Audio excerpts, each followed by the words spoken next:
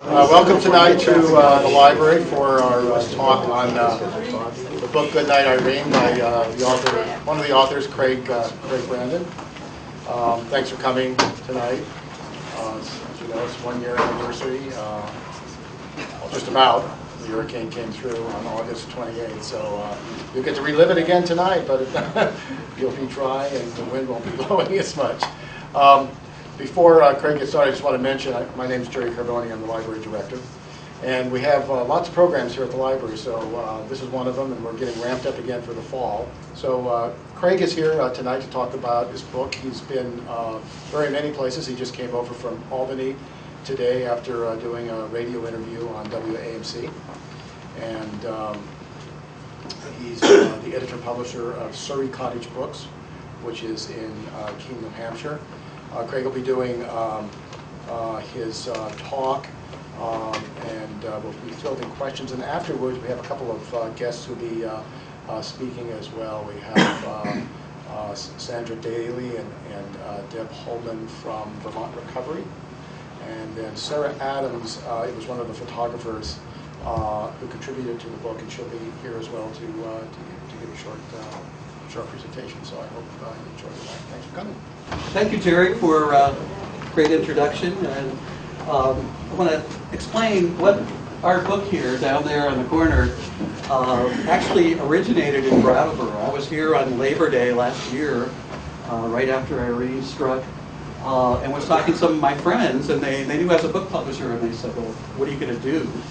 And so I said, well, you know, I'd like to do a book about Irene. There's all kinds of great stories, and it really cries out to have a book. But, you know, it's such a wide area from the Catskills to central Vermont to Massachusetts.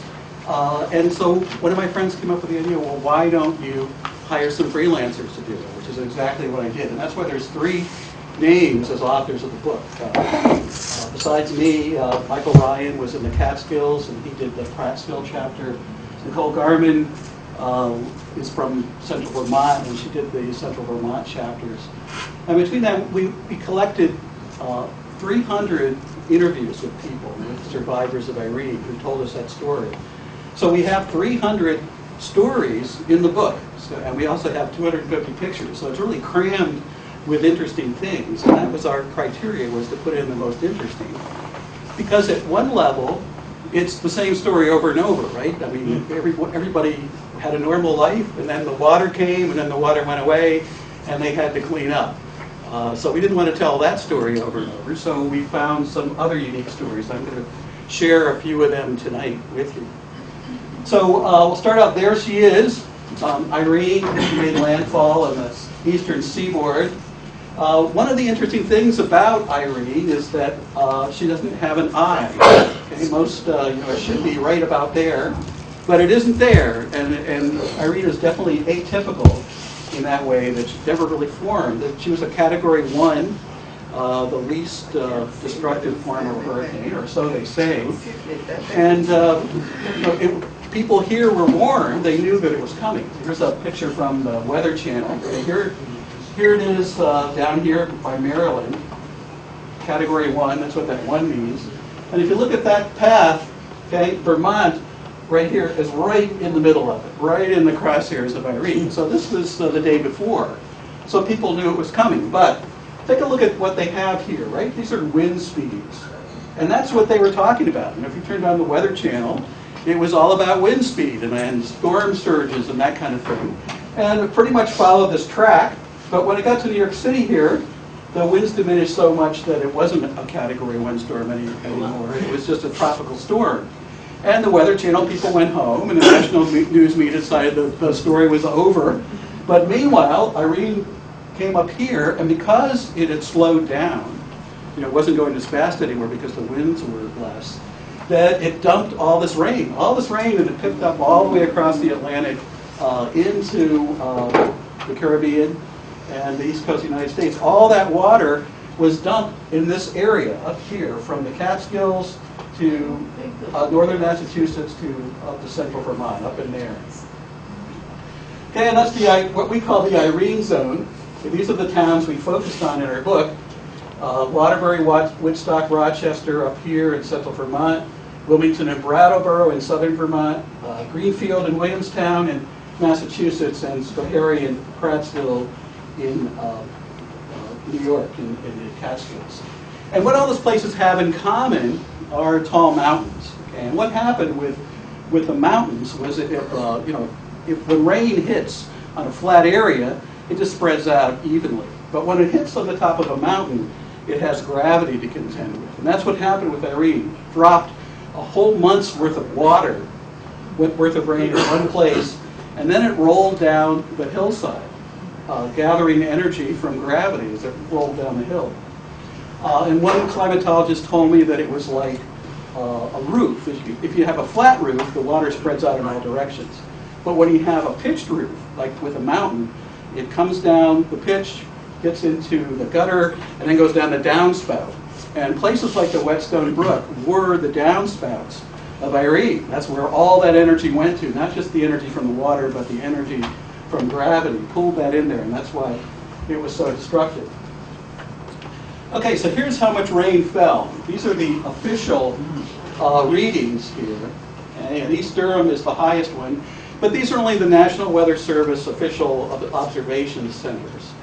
Okay, and East Jewett in the Catskills, 12.2. So that's where the worst rain was, and also that was also the worst destruction. Not here. It was in the Catskills. Mendon, Vermont, which is on Route 4,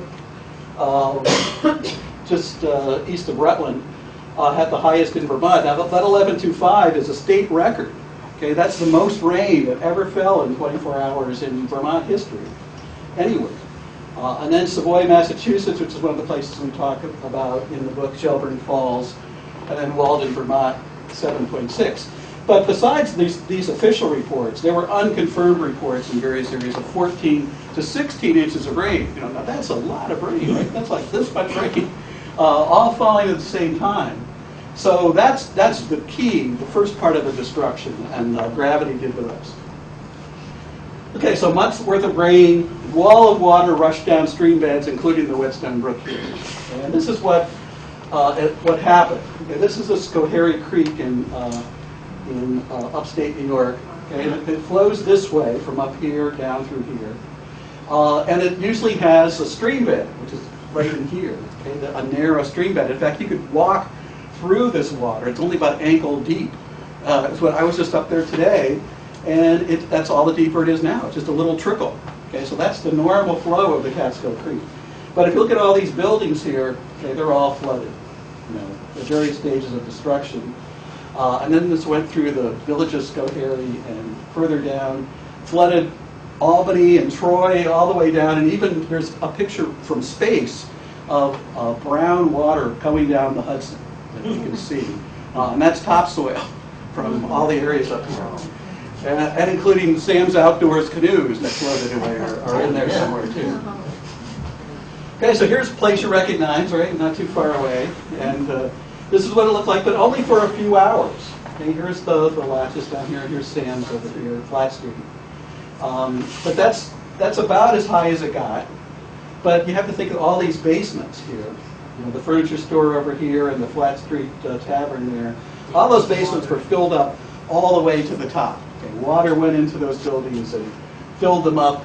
And then a few hours later, the water went away, went back down. And you know, some people thought that's the end, but the damage that standing water did was just tremendous.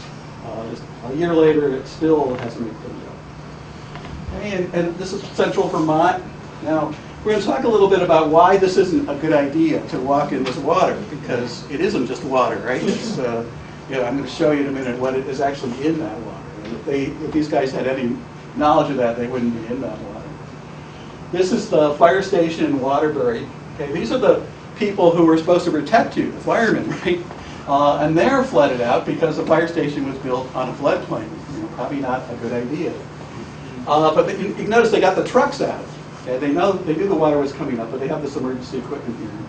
And here's a drain that's what the woman here is trying to open up so that the water will go down that sewer drain. Okay, and this is more typical of rain flooding that happened everywhere. Okay, it's coming out of this pipe, flooding down, taking all this debris with it.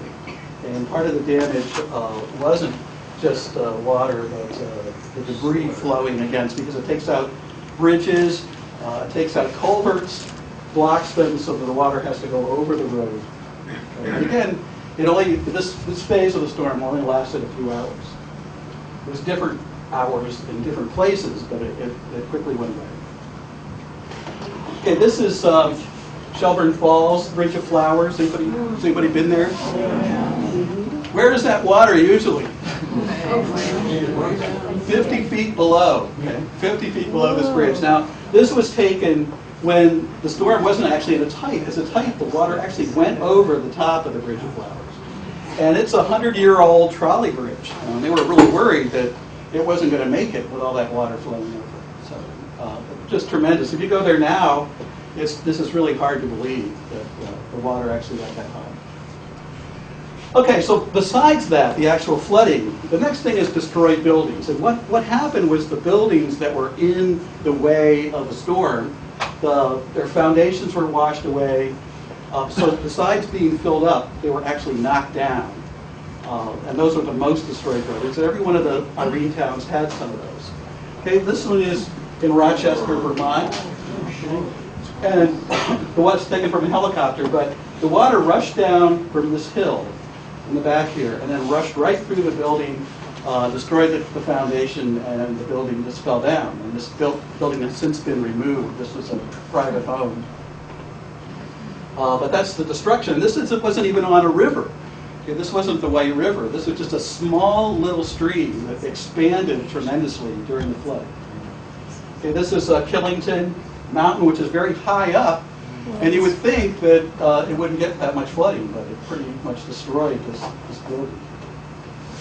This is a building in Schoharie County, and you can see that the water rushed right through this building, okay, right through, and pulled out all this debris. All this stuff was inside the building, and the water pushed it right out and destroyed the foundation. And this is Upper Vermont. I don't remember the town, but this is skipping my mind right now. But this is actually the second floor of this building. The first floor has collapsed underneath here, pushing it down. And here's another view of that same building. We can see that the foundation here is gone, and the first floor is gone. So once the water flowed through that and it collapsed, the second floor fell down on top of it. Of course, the only thing to do was remove it completely, which was what was done. This is another one from the Schoharie Valley. This building is actually 50 feet up on a stream bed over the Schoharie Creek. So the front of this building, the road is actually out here. From the front of the building, it looks undamaged, but the back of it has taken the full brunt of even being up 50 feet above the stream, didn't protect it. Okay, now the buildings that did survive the flooding have another problem. Okay, the sheetrock here has all been removed because it soaked up water. And what happens when sheetrock gets soaked in water? Mush. Black mold, exactly, right. So one of the volunteers, the people who helped out the survivors, a lot of what they did was this kind of work, where they took out all the sheetrock and the electrical wires and the plumbing and all that stuff and stripped it right down to the studs to keep mold from forming. Because once mold forms, then it would have ruined the stud work and everything. So that's a lot of the work in places like Schoharie and Waterbury was dealing with problems like this, where you have to take the building right back down to the skeleton. Yeah. Okay, and they've taken out all the mud here because you're also dealing with 4 or 5 inches of mud there. So that's why it takes so long to recover the things that people are doing to help come back to normal. In places like Schoharie, 95% of the buildings in Schoharie were damaged by the flood. Not where they knocked them down, but where they were soaked like this. And you drive around in the daytime, and it doesn't look that much different. But at night, you notice there's no lights on. Okay? Nobody's living in those houses because they've been damaged so much. Or they're living in the upstairs because the first floor is ruined, so they have a hot plate and live on the second floor. And this is the Main Street Cafe, and here they have metal studs, aluminum studs here. But still, they cleaned up all the mud out of here, but still they have to take the wall board off because, and they strip it down to the area where the water came up. So that's the level that the water actually came into that building. This is what happened if you don't take the sheetrock out. Okay. This is a building in Schoharie that's since been torn down. But notice all the flood here. That the mud has turned to dust and to dry caked stuff. It's not mud anymore; it's just dried out. But this is sheetrock. What happens to it if you don't remove it? Take it out. Also, kinds of particle board also absorb moisture. And there's no way to clean it. I mean, spreading bleach on it or something like that, they tried that. That doesn't work. It has to be removed. Okay, but so besides the buildings, we also have the highway problem, which created a major disaster. I don't think I can tell you that in Vermont. But, Route 9, for instance, was cut off in 2 places. People in Wilmington couldn't get either way because the road had collapsed. But also, most of the highways in Vermont, in central Vermont, collapsed during that. And because of that, people were cut off. Okay? So besides being ruined, their buildings ruined, they can't go somewhere else. There's no way out because the highways are all blocked. Okay, so this is Route 100 in central Vermont. Okay, and I think this is a good example of the problem of fixing this. Okay, the water came down here, down the hill here, and then washed out. It was so powerful that it washed out the highway. So you can see where it's blocked off here with the orange, and then blocked off here with some. And these are National Guard troops here standing there. There's a bulldozer down here with a man standing next to it. So that's, how do you fix that? I mean, when I saw this picture, I thought, wow, how do you go about doing that? But what they had to do was dump gravel in here, and that's already started to do it, to build it back up so that they could pave it over the top. It just seems impossible to me to be able to do that. But in fact, in Vermont and the other places I'm going to talk about, they were all fixed by December. Okay? 4 months. September, October, November, December. They were all fixed. Tremendous job. I think, we really have to thank the highway departments that they were able to do that.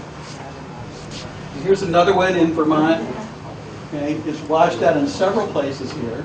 And here, where's I put this one here? Here's a truck pouring some gravel. I mean, how many of those truckfuls do you need to fill that hole? Okay, and we know that the highway people actually brought in train hopper cars full of gravel to fill that hole. And in fact, what they did was they took some of the gravel that washed away and pushed it back up here to use that. Now, normally that's illegal. You're not allowed to use stream bed gravel to build with, but Governor Shumlin, suspended the rules temporarily so that they could do that. And I think that's part of the reason they got the highways back in shape, because finding that amount of gravel, and every community in Vermont is trying to buy gravel at exactly the same time. And here's another one where the water actually came down the hill here, washed down here, and then spread out. But this whole road here is washed out, so it isn't just one part of it. Okay, this is Rochester, Vermont. Has anybody been to Rochester, Vermont? Yeah, okay, yeah. Rochester, Vermont had a lot of problems. There's only a few hundred people who live there. But this is Route 100 here, which, of course, was blocked off beyond here in both directions, so Rochester's cut off. And this is the Route 73 bridge that connects Rochester to another part of Rochester. And for weeks, this was like this. Okay? Somebody painted R.I.P. on the bridge here, saying that it was dead. And then to get across there, because there were people who lived on this side and had their farms on the other side, and people who worked in Rochester who lived on this side, so people had to get across there. It was a major problem. So the first thing they did was have a dinghy on a rope, and they pulled the dinghy across to get across. That was the first way of doing it. Then they had this tree, they brought this tree in, and people walked across the tree. And then finally somebody built this wooden footbridge to get from one side to the other. That wasn't until like a week afterward. But I think, that's Yankee ingenuity, right? We'll try this and see if that works, and then we'll try something else. And I think that's one of the things that came out during a storm in a place like Rochester. That how are we going to deal with this? And everybody got together in Rochester and sat in the church, elbow to elbow, because all the communications were down. Even their cell phones wouldn't work unless they climbed up a mountain. And the electricity was off. So they're completely cut off from the world. So the state police would come in and give them a little talk in the church every day. And that's how they got their news. It kept people's spirits up.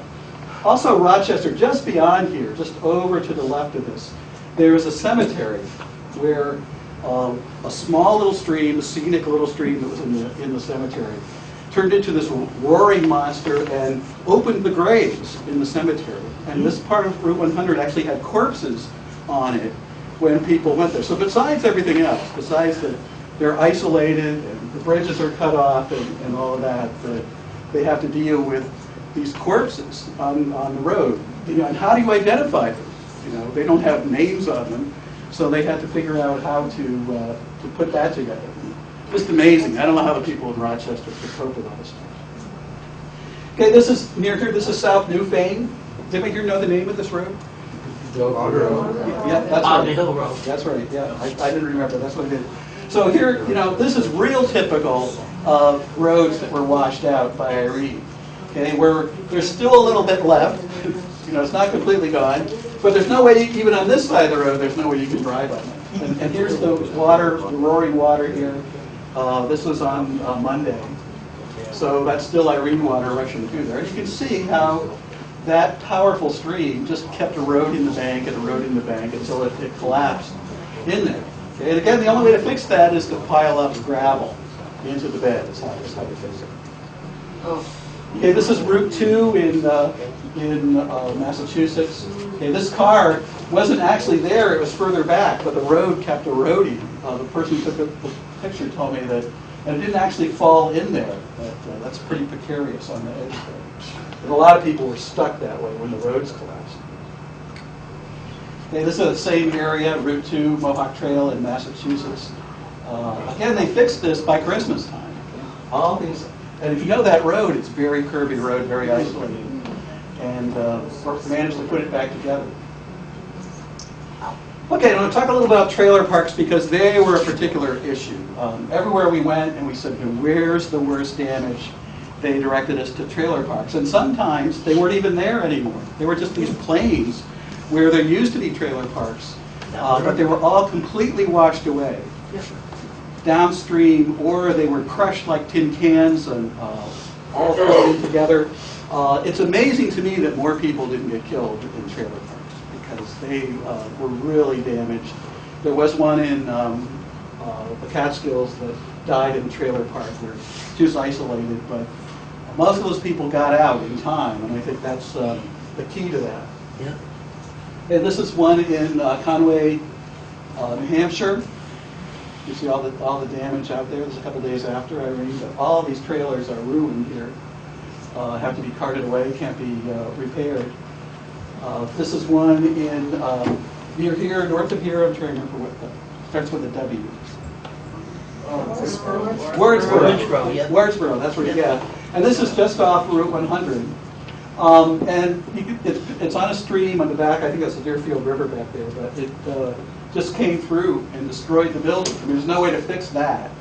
This is Williamstown, Massachusetts, senior citizens trailer park, where the whole place was senior citizens. There were 150 trailers there, all senior citizens, because they don't want to go to old people's homes because they can't bring their pets. And that was the idea of living in a trailer park. It's low-income housing, but it's you can still have pets there. So this incredible damage here. It still hasn't been fixed. Still looks like this because the owners in the state are having a dispute about who's going to pay for repairing it all. Okay, then there comes covered bridges, which throughout the Irene zone, we have a dozen or so in the book of damage. Now, they're 100 years, some of them are 140 years old, some are 150 years old, and they were just washed away in a minute. Now, what that says is that there wasn't a storm like that in 150 years because those bridges survived, and Irene just took them apart. So this is the Bartonsville Bridge, or what's left of it. Just a few, about a half a mile downstream from where it was located. You can see that not only has it been twisted, but it's been turned upside down. So this is actually the bottom of the bridge here. And this is another view of the same thing. You can see this is the side of the bridge. And luckily that bridge had $1 million insurance policy. So they're rebuilding that. In fact, they're going to have a celebration next week about rebuilding the bridge. So they were lucky. Most places didn't have $1 million insurance policy on the local bridge. Okay, this is one near the Bartonsville Bridge. And this is the Quechee Bridge in Quechee, Vermont. You can see that this is pretty sturdily built here, right? I mean, look at this, all that concrete there.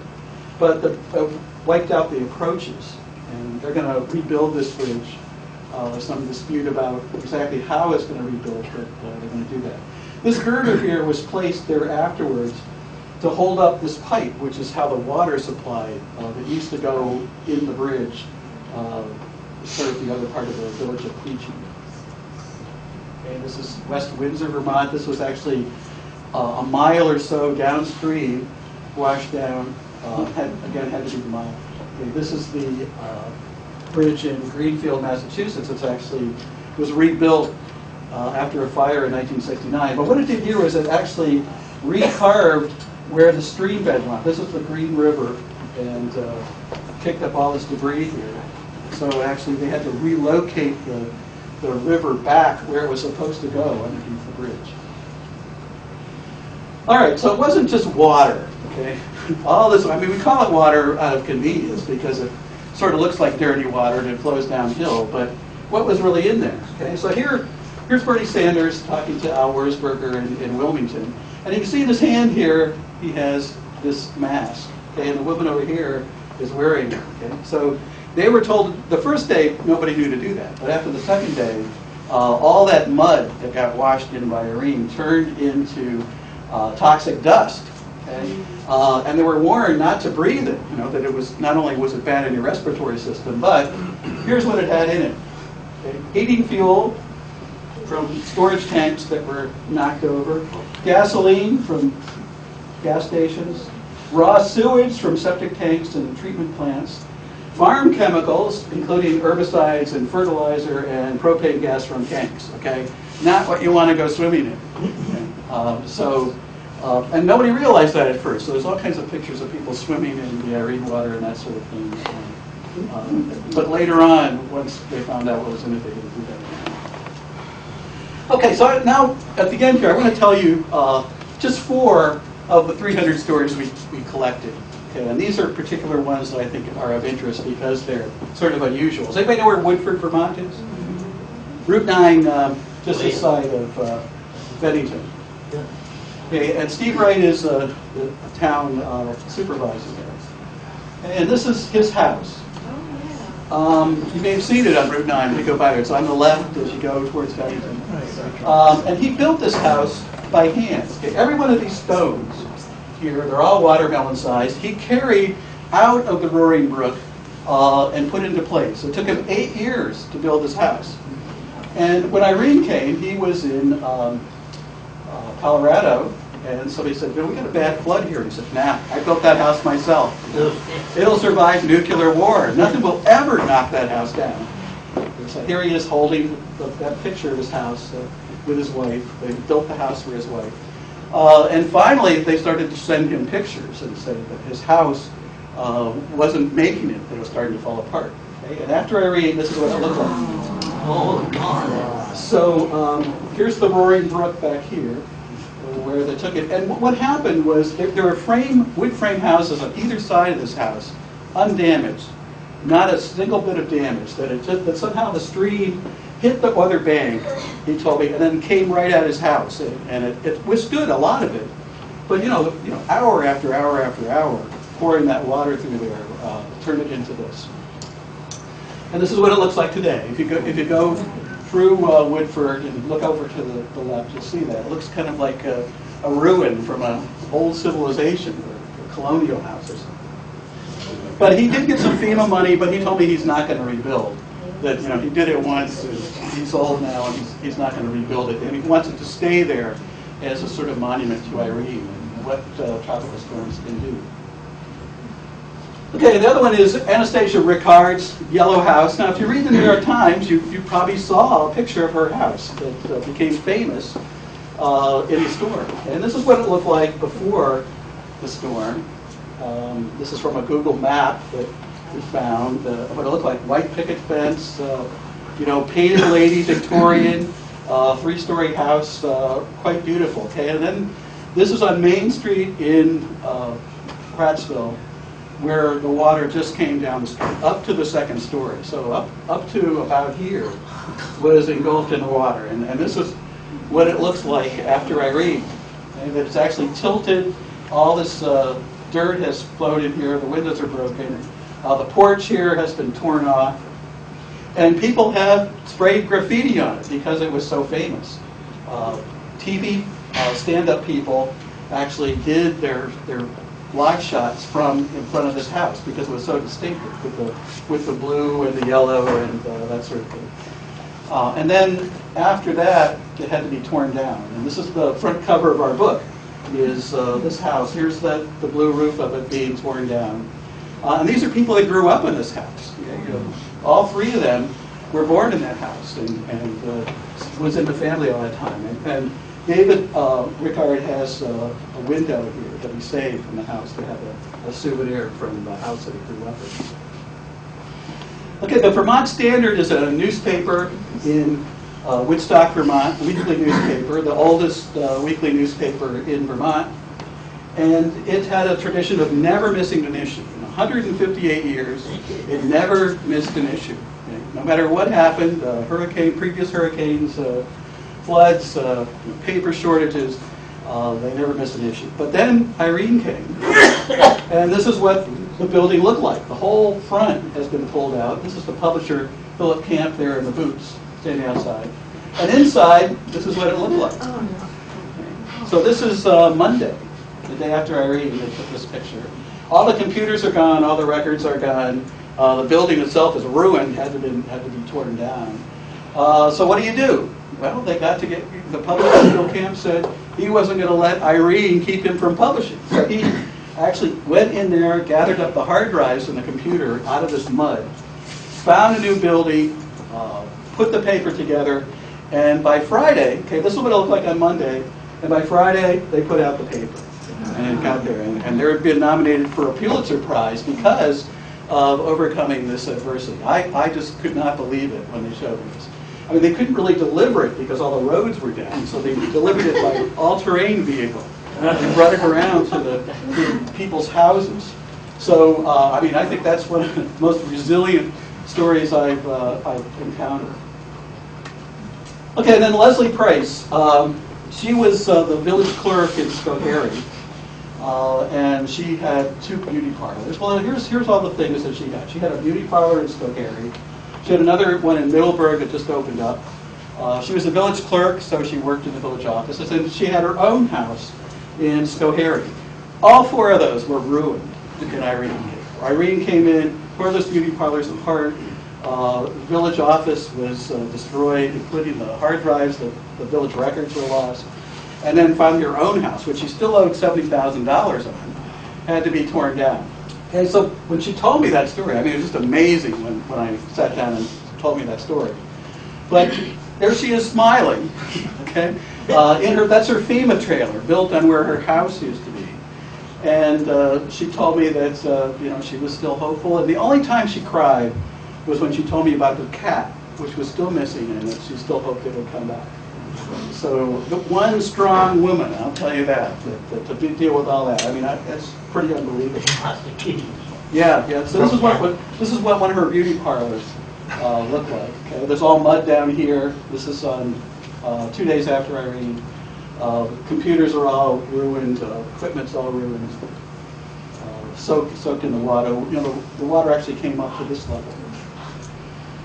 Okay, so I'm getting to the end now. We're talking about hurricanes. This is the costliest U.S. hurricanes. It says 30, but I only put 10 up here from the National Hurricane Center. And here's Irene here, number 7, and category 1.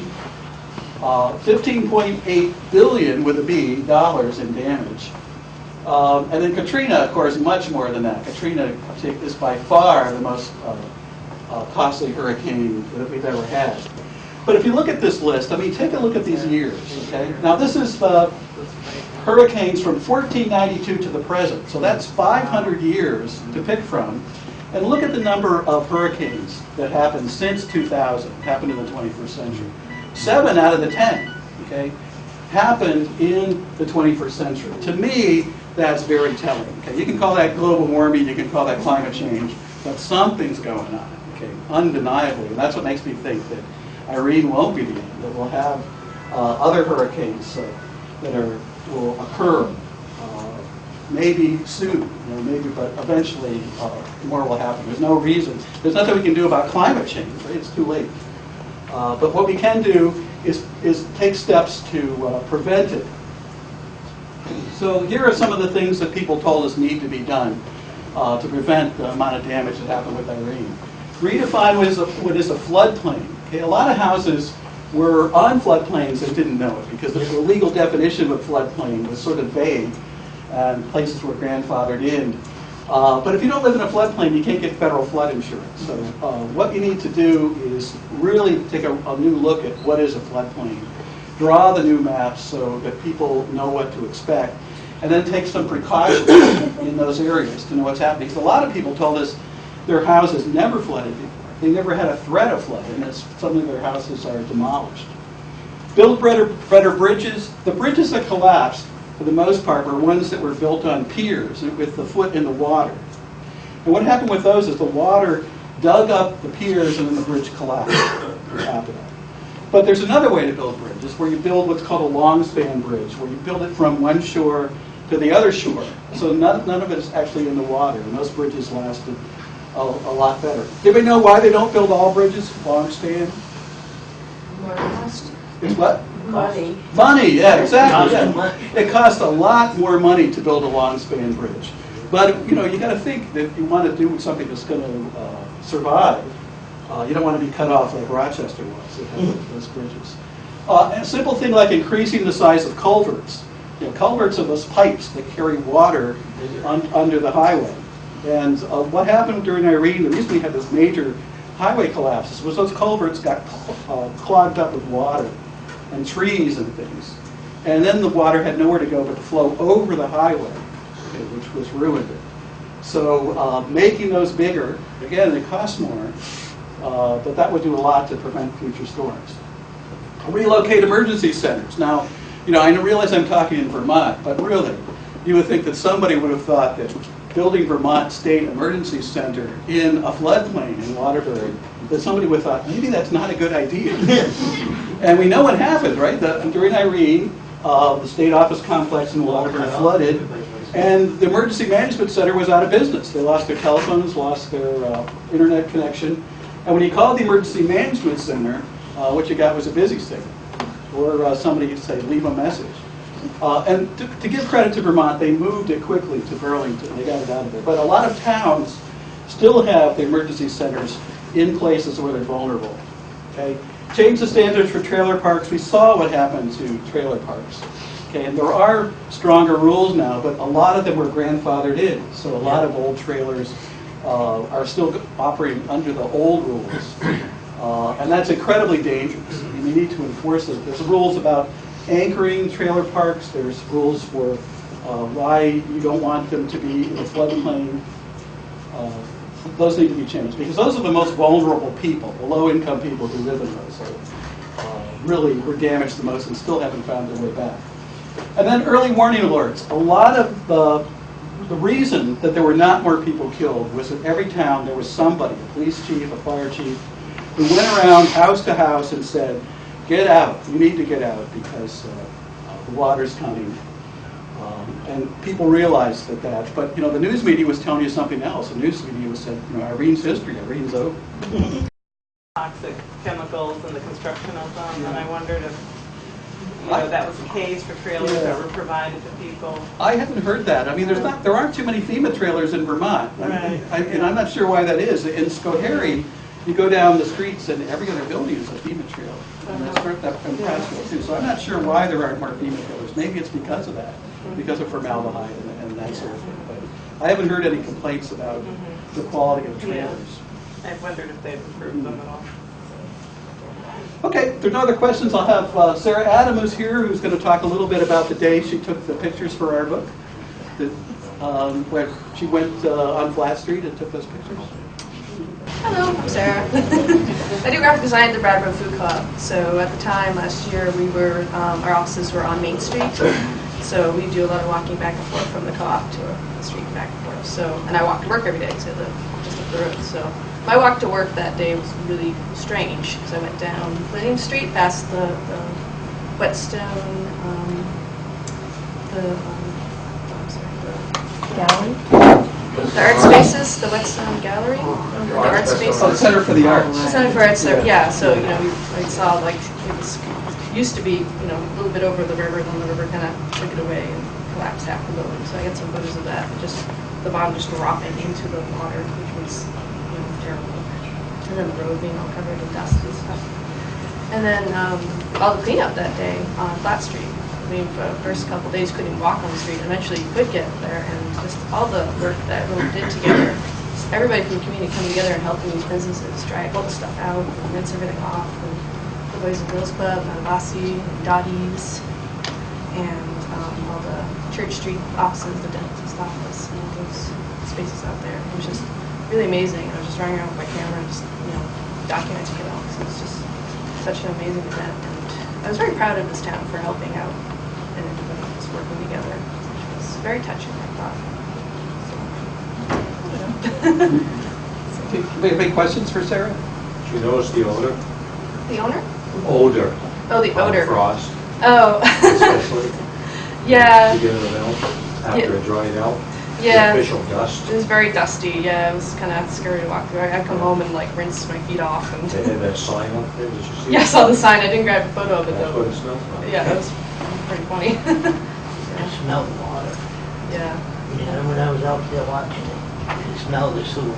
Yeah. Gas.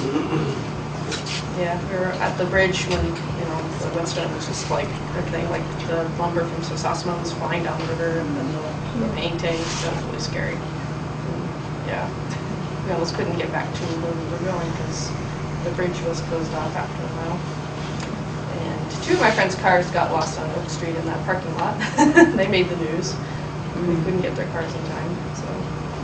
They got lost, like they floated away? Or They they didn't float just- away. Yeah, the water was up to the windshields. Okay. One moved a little bit, but yeah, I mean, they got towed, and I got photos of it afterward. I mean, we opened the hood, and it was like this riverbed in the engine. It's amazing. They were just toast.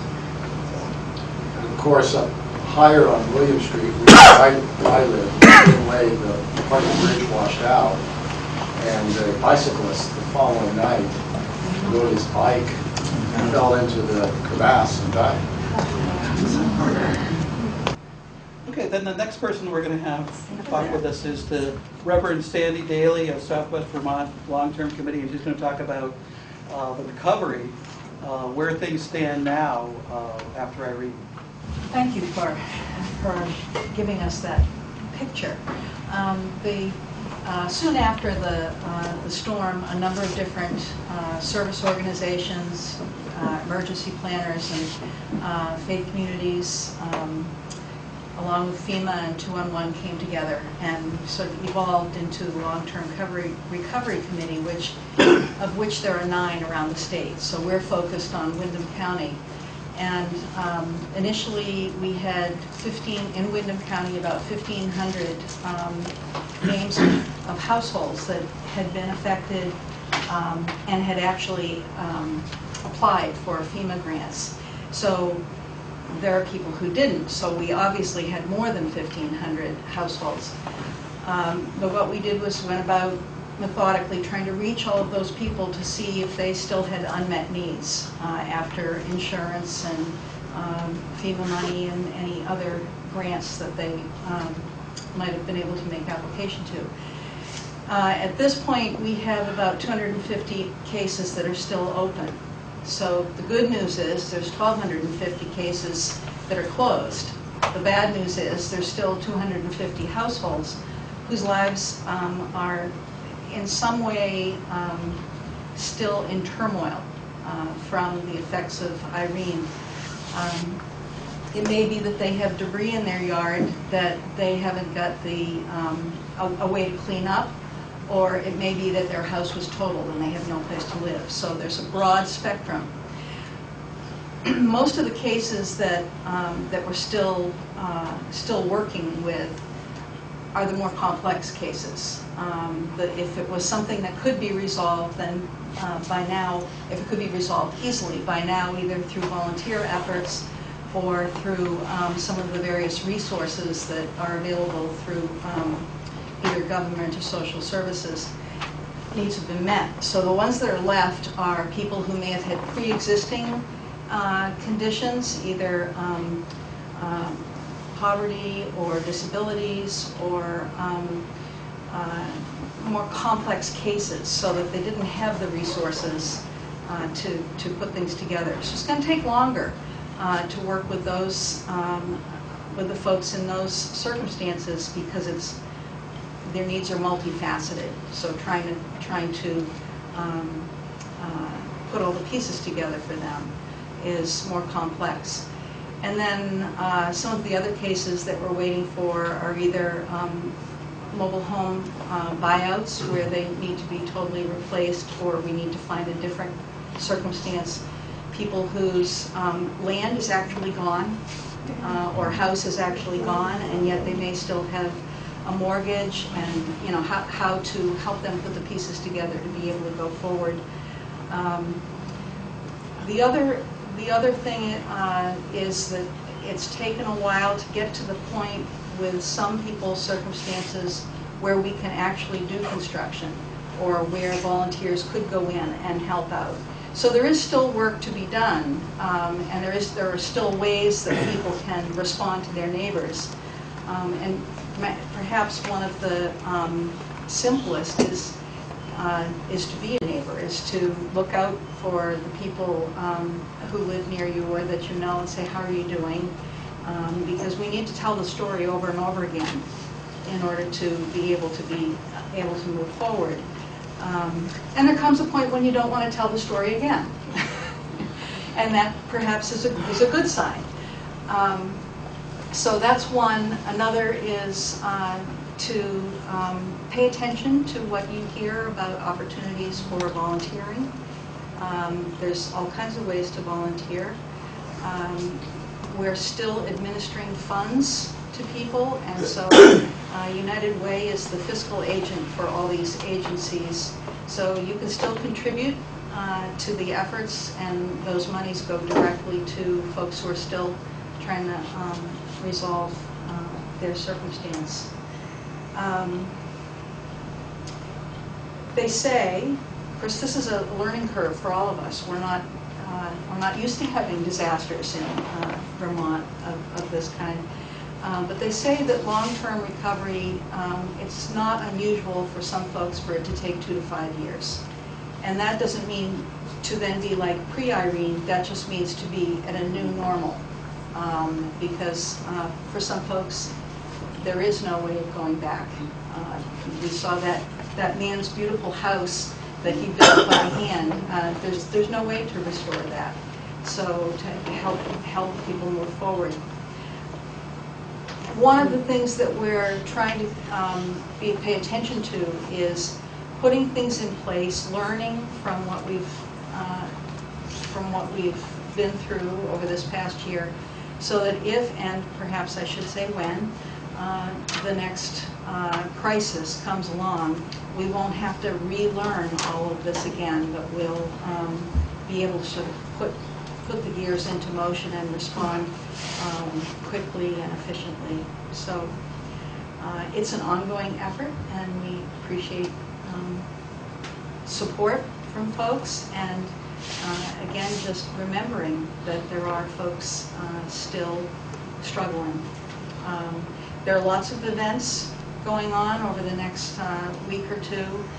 Here in Brattleboro on Tuesday night at 6:30, there's a candlelight vigil on the Common. And then at 7 o'clock, all around the state, bells, church bells, town halls are going to ring as a sign of solidarity. Vermont Strong, starting over strong. There's Flat Street Rising, which is to benefit the businesses that struggled down there during the first September gallery walk. A dance at the River Garden. There's all kinds of things going on, so support those things because they support the people who need it. So. Does anybody have any questions for Sandy about the recovery effort? It's a great community. It's just been amazing the way people have come together, both organizations who don't usually work together, finding ways to work together, and then so many individuals who've stepped up. So, thank you.